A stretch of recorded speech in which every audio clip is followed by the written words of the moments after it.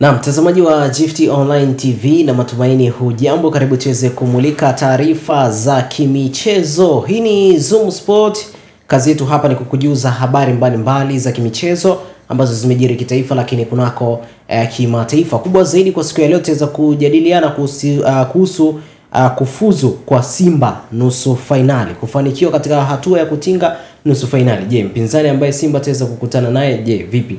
Watatoboa? Tutaweza kukujuza wote hapa vema kabisa ndani ya Zoom Sport. Lakini kimataifa tutaweza kujadili ligi kuu ya kule Uingereza. Tutaweza kujadili michezo mbalimbali ambayo iliweza kupigwa kwa siku hii, kwa siku ya jana, ambapo Man United pia iliweza kupoteza aliweza kupoteza kwa mabao mangapi na nani? Selenas tuweze kukujuza yote kwa siku hii ya leo. Jina langu ni Tobias Kisima, lakini nitakuwa naye Eriki Keyman kukujuza habari zote za kimichezo. Eriki Keyman, habari za wakati huu? Habari za wakati huu ni nzuri. Wiki nyingine tena. Weekend weekend imeisha vizuri. Pengine tunasubiri kuweza kuona maajabu ya wiki hii. Mambo yatakuwaje baada ya hiyo wiki iliyopita, kuweza kuona maajabu mazito. Maajabu mazito kwenye kimichezo, unaweza kusema namna gani? Simba kutinga kwenye hatua ya nusu finali. Hayo ni maajabu ambayo yametokea kwenye ile wiki iliyopita.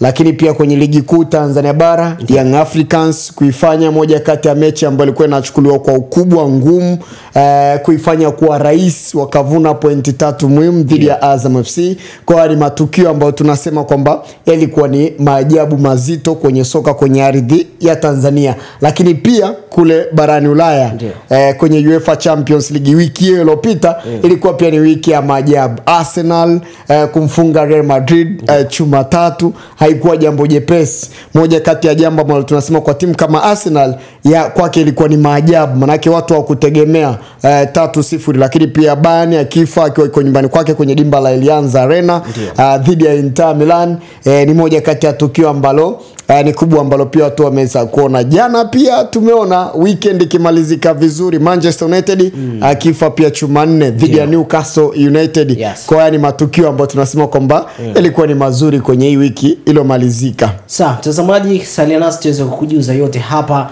ndani ya Zoom Sport. Usisahau kusubscribe, kulike, kushare na kucomment kile ambacho unakitizama hapa kwa siku hii ya leo, kwa sababu kwa ajili yetu sisi ni kukujuza wewe habari mbalimbali za kimichezo. Ili wewe wa kwanza tu kupata taarifa zetu, bonyeza neno subscribe, lakini usisahau kudondosha comment yako hapo, lakini ukashare pia kwa wengine waweze kufahamu na kuona kile ambacho wewe umeweza kukipata pia. Eriki, tunajadili kuhusiana na swala zima la wekundu wa Msimbazi. Simba wameweza kuvuka hatua ya kuelekea nusu finali. Kwa ubora wa kikosi ambacho Simba wako nacho kwa sasa hivi, wataweza kutoboa katika hatua hii?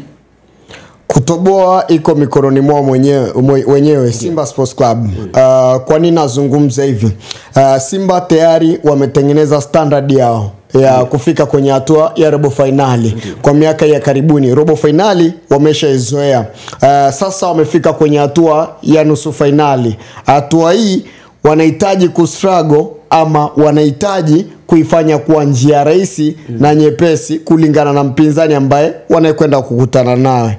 Sio kwamba ni mechi ambayo ni nyepesi ama ni mechi ambayo ni ngumu sana. Inategemeana na wao wenyewe Simba wanakwenda kuingiaje kwenye mchezo kutokana na mpinzani ambaye wanakwenda kukutana naye. Stellenbosch ya pale Afrika Kusini ndio ambao watakwenda kukutana nao kwenye hatua ya nusu finali. Simba baada ya kuingia kwenye hatua ya nusu finali wamepanda kwa ubora. Katika vilabu 4 bora barani Afrika, Simba Sports Club ameingia. Kwa hivi sasa iko nafasi ya 4 barani Afrika. Si jambo jepesi. Hii ni kutokana na namna ambavyo wamefanikiwa kufanya vizuri. Wamekuwa na muendelezo takriban miaka hii 5 ya siku za karibuni kwenye michuano ya CAF. Wanastahili pongezi, wamezidi pia kupeperusha vizuri bendera ya Tanzania. Kufika kwao kwenye hatua ya nusu finali ya kombe la shirikisho barani Afrika, Stellenbosch hawa tunaweza kusema ni wageni kabisa kwenye hii michuano ya CAF.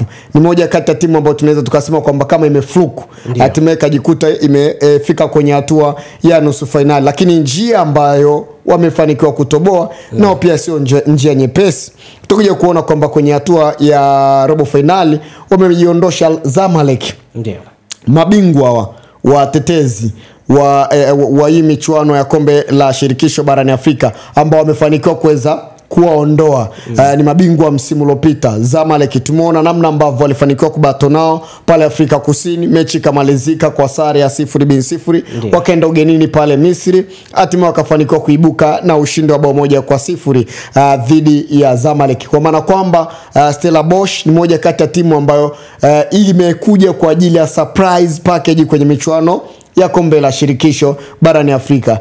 Wakiitoa Simba sintashangaa. Simba wakiwatoa Stellenbosch sintashangaa, kulingana na namna ambavyo timu zote zilivyo.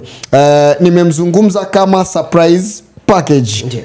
Watu wanielewe hivyo. Watu wanaweza wakasema labda kulingana namna ambavyo timu zilivyo labda namaanisha kwamba Stellenbosch ana ukubwa wa Simba Sports Club. Hapana, bali ni timu ambayo imekuja kama surprise, inafanya vizuri kwa hivi sasa. Ni timu ya juzi tu pale Afrika ya Kusini, lakini imekuwa ikipata matokeo mazuri. Hapa tunatazama namna ambavyo amekuwa akicheza mechi zake ugenini na namna ambavyo amekuwa akicheza mechi zake akiwa yuko nyumbani. Akiwa uwanja wa nyumbani amefanikiwa kufunga mabao takriban 12. Ndio ambao amefanikiwa kuyafunga. Si jambo jepesi. Lakini uwanja ugenini amefanikiwa pia kufunga magoli takribani 6. Kwa maana kwamba ni timu ambayo inaonekana ikiwa nyumbani ni wazuri sana wa kufunga mabao. Lakini wamefungwa mabao takribani 11. Ndio. Mabao 11. Nyumbani wamekuwa wabishi kweli kweli kufungwa, na nyumbani wamefungwa mabao 3 tu pekee. Yaani wakiwa nyumbani kwao ni ngumu sana kuwafunga. Ila ugenini ndiko ambako wamefungwa mabao mengi, ugenini ambapo wamefungwa mabao takriban 8. Tuje nyumbani. Tunaona hata mchezo wa marudiano kati ya mchezo uliopita kabla kuweza kufuzu kuingia nusu finali. Ugenini waliweza kupoteza, lakini nyumbani wakaweza kufanya vizuri. Unaweza kusema kwamba kwa mechi hii pia wataweza wakafanya vizuri kwa sababu wanaanzia nyumbani lakini wanamalizia ugenini. Hii itakuwa ijawapa advantage upande wa Simba kuweza kupata ushindi kuelekea katika hatua ambayo inafuata. Ni njia ngumu kwa Simba Sports Club kama wasipochanga karata zao vizuri. Mechi iliyopita umezungumza vile walianzia ugenini, wakafanikiwa kumaliza mchezo nyumbani. Simba wakafanikiwa kutinga kwenye hatua ya nusu finali. Mechi inayofuata Simba anaanzia nyumbani, anaenda kumaliza ugenini. Maana kwamba namna ambavyo nimewazungumzia Stellenbosch wanapokuwa wako nyumbani na wanapokuwa wako ugenini, nimezungumza hapa namna ambavyo wamekuwa bora nyumbani kwenye kufunga mabao na wamekuwa bora nyumbani kwenye kujilinda kutokufungwa mabao. Maana kwamba hii inamaanisha kwa upande wa klabu ya Simba wanapaswa kuutumia uwanja wao wa nyumbani vizuri kuweza kupata idadi ya mabao mazuri ambayo yatakayowasaidia pale Afrika ya Kusini. Stellenbosch ni timu ya aina gani katika staili ya uchezaji? Ni timu ambayo inacheza katika teamwork. Yaani wanacheza wote kwa kushambulia, wanakaba wote vizuri, wana defense vizuri. Kwa ni moja kati ya timu ambao wana ushirikiano wa namna hiyo. Wanaenda wengi, wanarudi pia wengi kukaba. Kwa ni timu ambao pia ina uwezo wa kucheza mpira wa direct, lakini pia ina uwezo wa kucheza mpira wa indirect, mpira wa pasi fupi fupi. Wana uwezo wa kucheza namna hiyo. Kwa hiyo watazame hata walivyocheza na Zamalek. Walianza kwanza kucheza pasi fupi fupi. Baadaye kipindi cha pili wakabadilika, wakaanza kucheza mipira ya direct. Na walivyotumia njia ya direct wakafanikiwa dakika za lala salama kupata bao. Zamalek wakajikuta wanatupwa nje. Kwa hiyo hichi kitu Simba wanapaswa kuwa nacho makini dhidi ya Stellenbosch, na madhaifu ambayo Simba Sports Club wako nayo ndio ubora wa Stellenbosch ambao wako nao. Nikiwa na maanisha nini? Simba kwenye turnover kidogo kwa kuna tatizo. Wakienda kushambulia, Simba kwenye kuja kureact na kuja kuupoka mpira kwa haraka, wakipoteza mpira kwa wakati wanaenda kushambulia, wakija kwenye lango lao kuwahi kurudi kuja kukava kwao imekuwa ni tatizo. Na kwa upande wa Stellenbosch mabao yao mengi ambayo wameyafunga ni mabao ya turnover, mabao ambayo tunasema kwa asilimia kubwa pia yamekuwa direct pia ndani yake, ambao wao Stellenbosch na wamekuwa kifunga mabao ya style hiyo. Kwa maana kwamba Simba wanapaswa kuchunga sana style ambayo wanapaswa kwenda kucheza na Stellenbosch, manake ni bora sana kwenye kutumia nafasi chache ambazo wanazozipata, hususan wakati timu inapokwenda kushambulia. Wao kukufunga ni jambo jepesi sana, kwa maana kwamba ni tatizo ambalo Simba wako nalo, wanapaswa kulifanyia kazi. Lakini ni wazuri sana kwenye kufanya forcing, kumlazimisha beki afanye makosa. Ni wazuri sana kwenye kutunza pia mpira, wanajua kumwadaa pia beki. Kwa ni moja kati ya eneo ambalo kwa upande wa Simba kwenye safu yao ya ulinzi wanapaswa kuwa makini. Simba mara nyingi wakikutana na timu ambayo inawaforce zaidi kwenye eneo la box, mara nyingi wamekuwa wakipitia wakati mgumu. Ukitizama timu nyingi ambazo Simba wamekuwa wakikutana nazo, mara nyingi zimekuwa aziwaforce sana kwenye eneo la box.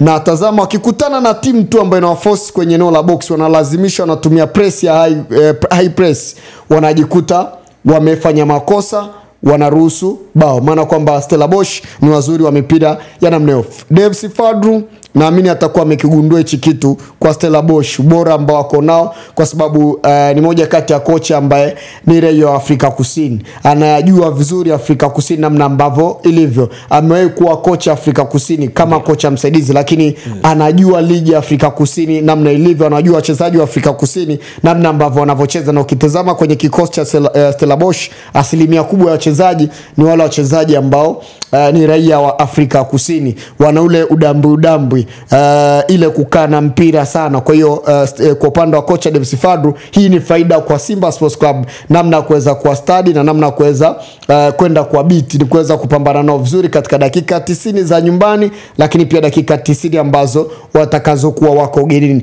Plani ya Simba ni nyumbani, lazima walijue hilo. Wanaanzia nyumbani, wanapaswa kuimaliza mechi nyumbani. Wakienda ugenini, basi moja kwa moja wanapaswa kuhakikisha kwamba wakifika kule ugenini wanakwenda kumaintain kile ambacho wamekipata nyumbani. Nje na hapo, wakishindwa kumaliza mchezo nyumbani, kule ni tunasema kwamba labda tu ni ile bahati iwe upande wao, kutokana namna ambavyo Stellenbosch wamekuwa wakiwa wako bora wakiwa wako nyumbani kutokuruhusu mabao, lakini wakiwa wako nyumbani ni wazuri pia kwenye kufunga mabao. Mabao yao mengi wameyafunga wakiwa nyumbani kwa pale Afrika ya Kusini, maana kwamba wamefunga takriban mabao 12 na mabao ambayo wamefunga takriban 12 ambao wamefunga wakiwa nyumbani. Wakiwa ugenini wamefunga mabao takriban 6.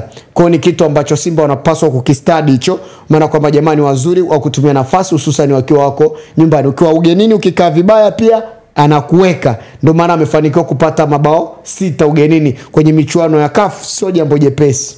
Sawa, sio jambo jepesi. Kumbuka tunapewa nguvu na maji ya uzima, na maji haya yanapatikana katika huduma ya Mlima Moria Ministry tu na sio mahali pengine. Unapata katika huduma ya Mlima Moria Ministry tu na sio mahali pengine kama nilivyokuambia.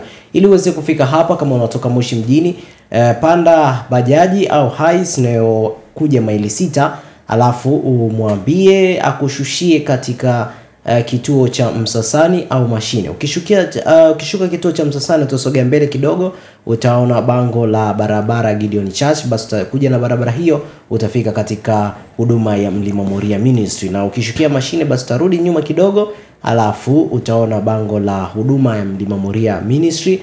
Basi moja kwa moja ukija na barabara hiyo, utafika katika huduma ya Mlima Moria Ministry. Lakini kama utokea barabara ya Arusha, utashukia kituo cha mashine, na kituo cha mashine kiko mbele kidogo ya kituo cha maili 6. Ukishuka kituo cha mashine, basi wewe unaitokea Arusha, utavuka barabara, utasogea mbele, utaona bango la huduma ya Mlima Moria, alafu utakuja na barabara hiyo, basi moja kwa moja utaweza kufika katika huduma ya Mlima Moria Ministry. Siku za ibada ni siku ya Jumatano, siku ya Ijumaa pamoja na siku ya Jumapili. Siku ya Jumatano na siku ya Ijumaa ni kuanzia majira saa 8 mpaka majira saa 11, lakini siku ya Jumapili ni kuanzia majira saa 6 mpaka majira ya saa 10:30. Lakini kwa wiki hii hapo ya Pasaka, wiki ya Pasaka ibada itaweza kuanza saa 12 mpaka majira ya saa 4 za asubuhi. Kwa hivyo moja kwa moja nimeweza kukujuza kuhusiana na taarifa hiyo moja kwa moja ili uweze kuelewa kwa siku hiyo ya Jumapili ya Pasaka. Na mtazamaji, bado tunaweza kuendelea kutizama habari mbalimbali za kimichezo. Kumbuka hii ni Zoom Sport. Usisahau kusubscribe, kulike, kushare na kucomment kile ambacho unakitizama hapa ili uzidi kuwa wanafamilia wa Gift Online TV. Ricky Kayman, nirudi kwako. Unadhani ni eneo lipi ambalo ni la muhimu sana linatakiwa liweze kufanyika katika timu zote mbili ili kuhakikisha kwamba wanaweza kujichukulia ushindi katika michezo hiyo miwili ili kuweza kuibukia katika hatua inayofuata? Ili Simba waweze kwenda kwenye hatua ya nusu finali kwa mpinzani ambaye anakutana naye Stellenbosch, wanapaswa kuboresha katika eneo la ushambuliaji. Tatizo la Simba kwa asilimia kubwa nimekuwa nikizungumza mara kwa mara. Simba wanakosa namba 10 bora wa kuweza kuchezesha kwenye ile eneo la umaliziaji. Ni eneo ambalo kwa upande wa Simba wanateseka. Ndio namba 10 nzuri yupo Jean Charles Ahoua, lakini ni mzuri kwenye eneo la matukio. Tunazungumzia kwenye ule urahisishaji zaidi. Ile kazi mama ya namba 10 Simba ni eneo ambalo linawatesa kwa asilimia kubwa. Ndio maana tumekuwa tukiona pia kwenye ufungaji wao wa mabao umekuwa katika wakati mgumu. Tizama mabao ambayo Simba mara nyingi wamekuwa wakiyafunga si mabao ya mpango kama ilivyo vilabu vile ambavyo tunasema kwenye ile eneo wamekamilika katika kila idara. Maana kwamba Davis Fadru anapaswa pia kuendelea kuboresha kwenye ile eneo. Tuliona namna ambavyo alibadilika kwenye mechi toka mechi dhidi ya Al Masry kule ugenini, akaja akabadilika kwenye mechi ambayo alikuwa yuko nyumbani, akampumzisha Lionel Ateba, akamweka Steven Desemkwala na hatimaye akampa kile kitu ambacho alichokuwa anakihitaji. Lakini ukitizama pia staili ya mabao ambayo yamefungwa kwa asilimia kubwa, hususan bao la pili, bado tunakuja kuona kwamba Simba wanapitia wakati mgumu kwenye namna ya utengenezaji wa mabao wa kuweza kufunga mabao. Maana kwamba hili eneo kocha anapaswa kuhakikisha kwamba anatuliza akili vizuri mno ili waweze kupata idadi ya mabao mengi wakiwako nyumbani. Maana kwamba nafasi ambazo wanazozipata chache wanapaswa kuhakikisha kwamba wanazitumia vizuri sana. Elia Mpanzu kuna charge kubwa nzuri ambayo ameongeza kwenye ile eneo. Tunamuona kuna wakati anakuja hapa kama namba 10, lakini bado mara nyingi kwa asilimia kubwa amekuwa bora zaidi akitokea pembeni. Maana kwamba ile eneo la namba 10 bado linaonekana kuwa na utata. Nani ambaye anaweza akafanya kwa weledi zaidi na kuweza kuwasaidia mastreka wakafunga, ama yeye akatengeneza pasi, namba 10 akatengeneza pasi ambayo inaweza kumrahisishia mchezaji mwingine yote akaweza kuscore mabao katika ile eneo. Ni eneo ambalo Simba ambalo wanapaswa kulifanyia kazi. Eneo la katikati sina shida nao kabisa. Shida yangu ipo kwenye safu ya ulinzi pia. Ni eneo ambalo kwa upande wa kocha Davis Fadru anapaswa pia kulifanyia kazi. Hii na maanisha kwamba mabeki wakati Chamu Karabu pamoja na Hamza, namna ambavyo wanapaswa kuwa na utulivu katika hii mechi, hususan wakiwa kwa nyumbani, wasiruhusu mabao ambayo yatakayogharimu ugenini. Maana kwamba ukiruhusu bao ukiwa kwa nyumbani inakutengenezea msalaba mkubwa unapokuwa uko ugenini. Maana kwamba goli la ugenini linakuwa lina nguvu sana kwa mpinzani. Ukitazama eneo la safu ya ulinzi, Shomari Kapombe anapokuwa anakwenda kushambulia, kuwe na mchezaji ambaye atakayekuwa makini sana namna kwenda kuziba kwenye ile eneo, kutokana na namna ambavyo Stellenbosch nimewazungumza wanacheza mipira ya direct, ni wazuri sana kwenye turnover. Maana kwamba ile eneo lisipozibwa kwa haraka linaweza likaleta shida. Kwa kocha Davis Fadru naamini kabisa ile eneo atazungumza na wachezaji namna kuweza kutengeneza shape nzuri, kuhakikisha kwamba kwenye safu ya ulinzi haifanyi makosa, lakini pia Shomari Kapombe akienda kupanda basi kuwe na mtu sahihi ambaye anaweza akaenda kukava kwenye ile eneo. Sawa. Yapi maoni yako kuelekea mchezo huo? Maoni yangu ni kwamba Simba wanapaswa kujipanga vizuri. Hawapaswi kumchukulia Stellenbosch kama ni timu ambayo ni underdog. Wakimchukulia kama ni underdog basi wana asilimia kubwa ya kutoka nje kwenye hii michuano, wakashindwa kwenda kwenye hatua ya finali. Lakini wanapaswa kujiuliza ni kwa nini Stellenbosch wameitoa Zamalek. Hicho kitu kinapaswa kuingia kwenye akili yao na kuamini kwamba kama bingwa mtetezi ametoka, basi hata sisi pia tunaweza tukatolewa na hii timu. Ukiangalia hii timu namna hata mabao ambayo wamefungwa, mabao mengi ambayo wamefungwa na timu hii moja, mabao mengi zaidi katika mabao ambayo wamefungwa. Manake wamefungwa mabao 8 na timu moja, ambao naizungumzia Berkane kwenye hatua ya makundi. Walifungwa mabao 5 pale Morocco, walifungwa mabao 3 wakiwa kwa nyumbani kwao. Kwa maana kwamba Morocco anaonekana Berkane alikuwa amemstadi vizuri sana Stellenbosch. Kwa maana kwamba ukitizama hizi timu nyingine zote ambazo amecheza nazo zimeshindwa kuweza kumfunga mabao mengi. Ukiona katika ushindi timu zimeshinda labda ukutani bao 1 ama 2-1 hivyo. Tofauti na namna ambavyo Berkane ameweza kubatona. Maana kwamba Simba wanapaswa pia kukigundua hicho kitu ambacho Berkane wameweza kukigundua kwake na timu wakakitumia. Lakini wakiingia kawaida na kumchukulia poa, watajikuta wanakwama kama hizi timu nyingine namna ambavyo zimecheza na Stellenbosch na zimeshindwa kumfunga. Amekuwa bora sana akiwa kwa nyumbani, nimeshazungumza hapa. Na mechi, ukiangalia mechi ambazo amefanikiwa kushinda kwenye hii michuano ya CAF, ameshinda takriban mechi 7 ndizo ambazo amefanikiwa kushinda. Mechi takribani 7 ambazo amefanikiwa kushinda, sio jambo jepesi. Ushindi ambao amepata ushindi ambao tunasema kwamba ni timu ambazo unaona kabisa zina standard ya aina yake. Maana kwamba Simba wanapaswa kutazama pia vichapo ambavyo wamechezea. Amefungwa mechi 3 kwenye hatua ya makundi. Amefungwa mechi 3 ambapo amefungwa na Stade Malien ya kule Mali, ambapo alifungwa ugenini, ilikuwa kwenye hatua ya makundi. Akafungwa pia nyumbani na Berkane, akafungwa ugenini na Berkane. Hii ilikuwa ni kwenye hatua ya makundi. Lakini sare ambazo alizipata, alitoa sare takriban 2 Vita Club ambapo ilikuwa ni kwenye hatua ya awali kabisa. Lakini pia Zamalek alipata sare akiwa kwa nyumbani ambao ilikuwa ni kwenye hatua ya robo finali. Lakini ushindi wa nyumbani ambao alikuwa amepata katika ushindi wake 4, ushindi nyumbani mara 4, ushindi ugenini mara 3 katika ushindi wake 7 ambao nimeweza kuzungumza ambao ameweza kupata. Ameshinda ugenini mechi 3, ameshinda nyumbani mechi 4. Ugenini vichapo 2, nyumbani sare 1, ugenini sare 1. Maana kwamba so timu ya kubeza. Simba Sports Club wanapaswa kujua kwamba hii ni timu ambayo imekuja kama surprise package kwenye hii michuano ya kombe la shirikisho barani Afrika. Sawa, ni timu ambayo imekuja kama surprise, na Simba atacheza na Stellenbosch FC katika nusu finali ya kombe la shirikisho la CAF, na mechi ya kwanza itachezwa Aprili 20 Aprili 20 katika uwanja wa Benjamin William Mkapa. Hapo kwenye uwanja hapo bado kuna kigugumizi. Manake dimba la Benjamin William Mkapa limefungiwa kutokana na namna ambavyo ile mechi ilivyomalizika. Uwanja ulionekana sio mzuri. Maana kwamba kile kipindi mvua ilinyesha. Kama uko ukitazama uwanja ulikuwa unaonekana umejaa maji. Maana kwamba tunasubiri taarifa rasmi kwamba hii mechi itakuwa ni wapi. Manake mpaka kesho siku ya Jumanne taarifa rasmi itakuwa imeshatoka. Je, Simba atatumia dimba lipi? Inaweza ikawa kwa asilimia kubwa wakatumia dimba la Amani Stadium kule Zanzibari. Lakini tusubiri kuweza kuona, labda kwa hizi siku wanaweza wakawa wamekava dimba la Benjamin William Mkapa likaendelea kutumika. Lakini kwa asilimia kubwa dalili zinaonekana mechi itapelekwa kule kwenye dimba la Amani Stadium. Na kama mechi itapelekwa kule dimba la Amani Stadium, hii ni pigo kwa upande wa klabu ya Simba kwa mchezaji wa 12. Hapa namzungumzia mshabiki. Ukitazama lile dimba la Amani Stadium lina uwezo wa kuingiza mashabiki 15,000 tu.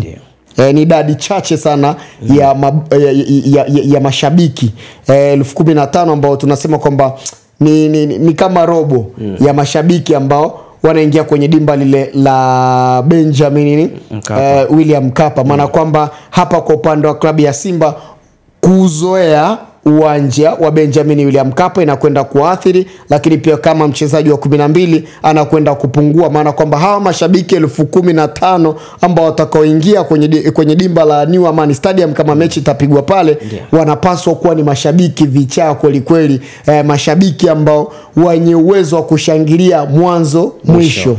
Sawa, lakini mchezo wa pili utapigwa tarehe 27 mwezi wa 4 kwenye uwanja wa Moses Mafda jijini Durban kule Afrika Kusini. Kwa hivyo moja kwa moja kwa sasa tuweze kuibukia kimataifa. Zipo mechi mbalimbali ambazo ziliweza kuchezwa kwa siku ya jana katika Premier League, ambapo Chelsea ikipiga na Ipswich Town, ambapo waliweza kuibuka na suluhu ya bao 2-2. Lakini Liverpool aliweza kukipiga na West Ham United. Liverpool aliweza kuibuka na ushindi wa bao 2-1. Wolves aliweza kukipiga na Tottenham Hotspur na Wolves aliweza kuibuka na bao 4-2. Ushindi aliweza kuibuka nao huo. Newcastle United 4 huku Manchester United wakiwa na bao 1 aliweza kupoteza tena. Kwa hivyo 1-1. Tuanze na mchezo wa Liverpool bila shaka. Kwa ubora ambao unacho kikosi cha Liverpool ndio cho ambacho kinaweza kikasababisha kwao kuweza kuleta matokeo mazuri zaidi. Ya Liverpool wametengeneza scenario yao kwa hivi sasa. Tunaweza tukasema kwamba mpaka hivi sasa Liverpool kwa asilimia kubwa ni bingwa. Manake tukitazama wapinzani ambao wanamfukuzia nyuma hatuoni kwa namna ambavyo wamekuwa wakipata matokeo ya kusuasua. Arsenal ndio vile unaona kama kwa siku ya jana ametoa sare, maana kwamba hii ni nafasi kubwa sana kwa upande wa Liverpool, na wakiwa kwa nyumbani tumeona kama jana wanahakisha kwamba pointi 3 zinabaki kwenye mikono yao. Jana Diaz anafunga, Van Dijk anafunga, West Ham United wanapata bao dakika za mwisho kabisa, tena wao walijifunga wenyewe Liverpool. Robertson akijifunga, maana kwamba hii inaonyesha kwa upande wa Liverpool namna ambavyo walivyo kwa msimu huu, basi wamedhamiria kubeba ubingwa, na ubingwa wanaobeba kulingana na namna ambavyo zile timu zote ambazo tunaziona ambazo ni kubwa pale Uingereza kwa msimu huu hawako vizuri. Hapo nazungumzia Arsenal ambaye tulikuwa tunampa nafasi kubwa ya msimu huu, labda pengine angeutoa ubingwa, ndio hivyo tena kaachwa na pointi nyingi ambayo yuko nafasi ya pili. Mikel Arteta anaonekana mbinu zake zimeishia hapo. Lakini unawatazama City ambao walikuwa wanaonekana kwa bora, ambao kwa hivi sasa wako nafasi ya 5 wakiwa na pointi 55. Hao ndio ambao tunasema ni bingwa mtetezi, bingwa takriban misimu mitatu hii ya siku za karibuni. Maana kwamba yeye ndio alikuwa anapewa nafasi kubwa ya kuendelea kufanya vizuri. Ndio hivyo tunaona katepeta zaidi kwenye msimu huu, na uzuri kwa upande wa Pep Guardiola mwenyewe alishakubali mapema sana kwamba huu msimu wapambanie tu kupata top 4 kuweza kuicheza UEFA Champions League kwenye ubingwa alipo. Hawapo tena. Lakini kwa upande wa Chelsea ukiangalia nao pia vile vile hawana nguvu ya kuweza kupambania na Liverpool, wako nafasi ya 6. Ukitazama hizi timu kubwa zote zinaonekana haziko vizuri msimu. United ndo hoi ngangafu kabisa ambayo yuko huko chini. Kwa hiyo ukitazama hizi timu zote kubwa, Newcastle United unaangalia wako nafasi ya 4 nao pia vile vile. Kwa hiyo ni timu ambazo tunasema kwamba kwa msimu kidogo mambo yamekuwa sio mazuri. Tunaisifia Liverpool kwa msimu kwa kuweza kugundua mapungufu ya hizi timu nyingine na kuhakikisha kwamba wanakomaa kwenda kuelekea ubingwa. Lakini Arne Slot, kocha wa Liverpool, lazima pia tumpongeze kwa namna ambavyo ameendelea kumaintain standard ambayo alikuwa ameiacha Jurgen Klopp, kocha aliyopita wa Liverpool. Maana kwamba tayari alikuwa ameshatengeneza njia na ile njia akaiacha. Arne Slot alivyokuja akatumia akili na kuona kwamba nikianza kuingiza mambo yangu hapa naweza nikayumba, basi napaswa kwenda na hii njia ambayo alikuwa anitumia Jurgen Klopp kuweza kuendelea kupata matokeo, kuendelea kumaintain na hatimaye akafanikiwa. Ndicho ambacho kinebeba Liverpool mpaka hivi sasa. Sawa, la kumalizia hapo maana muda nao umetutupa mkono kulikweli. La kumalizia kikubwa tu, ligi kuu ya Uingereza kwenye ushindani uliobaki kwa hivi sasa ni top 4 ambao tunasubiri kuweza kuona namna ambavyo nani na nani ambaye atakaenda kumaliza top 4, kwa sababu ukiangalia top 4 namna ambavyo ilivyokaa, yuko Liverpool, yuko Arsenal, yuko Nottingham Forest ambaye yuko namba 3, nafasi ya 4 ni Newcastle United. Ukiangalia hizi pointi kati ya Nottingham Forest na Newcastle United hawajaachana, tofauti yao ni pointi 1 tu, 57 kwa 56. Lakini unawatazama City ambao wako nafasi ya 5 wana pointi 55, tofauti ya pointi 1 dhidi ya aliyoko top 4 ambao ni Newcastle United, lakini tofauti ya pointi 2 tena dhidi ya aliyoko nafasi ya 3 ambao ni Nottingham Forest. Maana kwamba unaona kuna ushindani upo. Lakini unakuja tena unamtazama Chelsea ambaye yuko nafasi ya 6 ana pointi 54, tofauti yake ya pointi dhidi ya aliyoko na nafasi ya 3 ni pointi 3 tu. Tofauti ya pointi aliyoko nafasi ya 4 ni pointi 2, tofauti ya pointi aliyoko nafasi ya 5 ambaye ni 6 ni pointi 1. Maana kwamba inakuonyesha kwamba battle liko hapa la ligi kuu ya Uingereza kwa msimu huu. Lakini umuachi tu kumtazama Chelsea hapo, unamtazama pia Aston Villa ambaye msimu uliopita yeye alifanikiwa pia kumaliza top 4, ambapo sasa hivi naye yuko nafasi ya 7, ana pointi 54 ambazo ameachwa na ambaye yuko nafasi ya 3 kwa tofauti ya pointi 3 tu pekee. Nafasi ya 4 amemwacha kwa pointi 2 tu pekee, naye pia ana uwezo wa kuingia top 4, maana kwamba kuanzia nafasi ya 7 kwenda mpaka nafasi ya 3 wote wana uwezo wa kubaki kwenye top 4. Kwa hiyo ushindani huko hapo kwamba ni nani msimu huu katika nafasi hizo mbili ambazo ziko hapa, ni nani ambaye atakayekwenda kwenye UEFA Champions League msimu ujao. Hapa nazungumzia nafasi ya 3 na nafasi ya 4 ndio ambayo inawaniwa hapa. Nafasi ya 2 na nafasi ya kwanza tayari Liverpool na Arsenal wametengeneza ufalme wao kwenye UEFA Champions League, wanaonekana kwenda msimu ujao. Sasa Eric Kema, ni kushukuru sana. Shukrani sana. Na mtazamaji wa Gift Online TV, Zoom Sport kwa siku hii ya leo tumeweza kufika tamati. Nikwambie tu kwamba usisahau kusubscribe, kulike, kushare na kucomment kile ambacho unakitazama ili uzidi kuwa wanafamilia wa Gift Online TV. Nikutakia siku njema na wakati mwema. Bye bye.